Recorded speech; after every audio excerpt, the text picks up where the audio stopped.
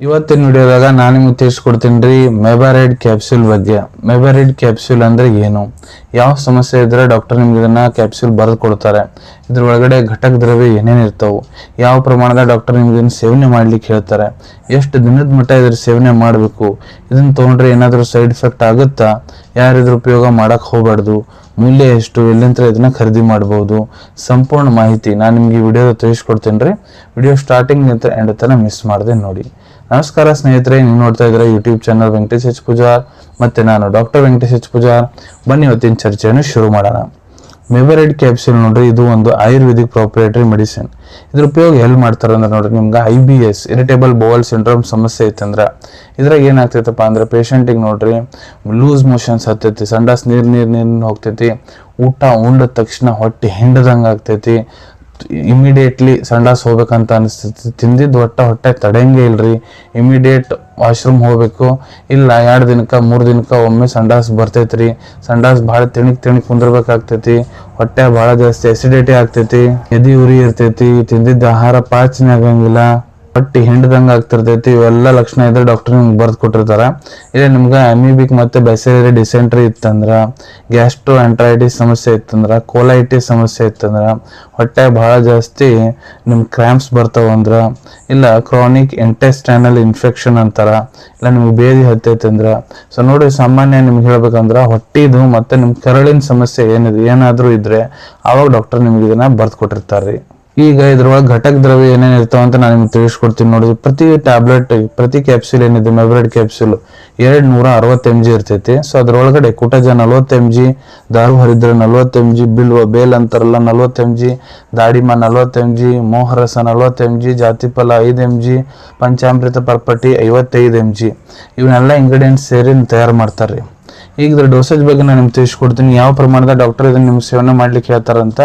ಇಲ್ಲಿ ನೋಡ್ರಿ, ನಾನು ನಿಮ್ಗೆ ಅಡಲ್ಟ್ ಡೋಸೇಜ್ ತಿಳಿಸ್ಕೊಡ್ತೀನಿ. ಯಾರು ವಯಸ್ಸು 18 ವರ್ಷಕ್ಕಿಂತ ಯಾರು ದೊಡ್ಡವರದಾರ, ಪುರುಷರಾಗಿರ್ಬೋದು, ಮಹಿಳೆಯರಾಗಿರ್ಬೋದು, ಕೆಲವೊಂದಿಷ್ಟು ಕಂಡೀಷನ್ನ ಡಾಕ್ಟರ್ ನಿಮ್ಗೆ ಇದನ್ನ ಕ್ಯಾಪ್ಸೂಲು ಬೆಳಿಗ್ಗೆ ಒಂದು ರಾತ್ರಿಗೆ ಒಂದು ಹಾಳು ಹೊಟ್ಟಿಲಿ ಅಂದ್ರೆ ಅರ್ಧ ಗಂಟೆಯಿಂದ 1 ಗಂಟೆ ಊಟ ಮಾಡೋದಕ್ಕಿಂತ ಮುಂಚೆ ತೊಗೊಳಕ್ ಹೇಳಿರ್ತಾರ, ಇಲ್ಲ ಊಟ ಉಂಡ ತಕ್ಷಣ ಇಮಿಡಿಯೇಟ್ಲಿ ನಿಮ್ಗೆ ತೊಗೊಳಕ್ ಹೇಳಿರ್ತಾರೆ.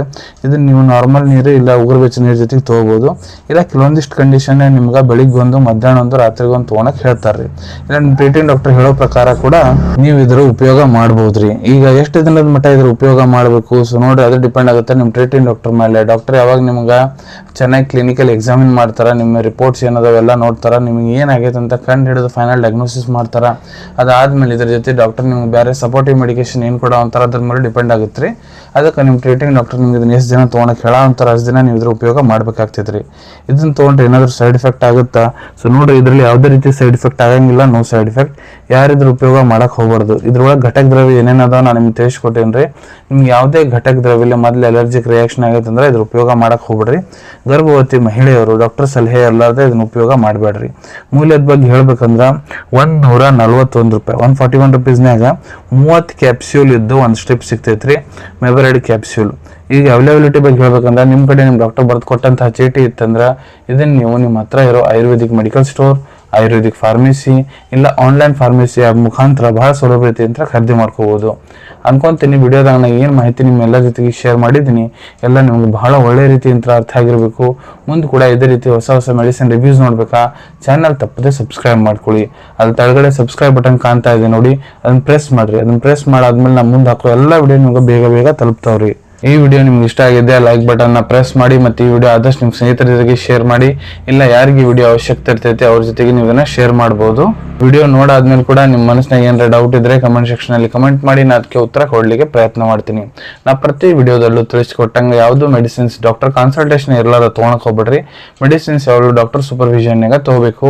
ಈ ವಿಡಿಯೋ ಇನ್ಫಾರ್ಮೇಶನ್ಗೋಸ್ಕರ ಮಾಡಿದ್ದೀನಿ. ಸಿಗೋಣ ತಮ್ಮೆಲ್ಲರಿಗೂ ಮತ್ತೊಂದು ವಿಡಿಯೋದಾಗ ಒಂದು ಹೊಸ ವಿಷಯ ಜೊತೆಗೆ. Till then take care. ಧನ್ಯವಾದಗಳು.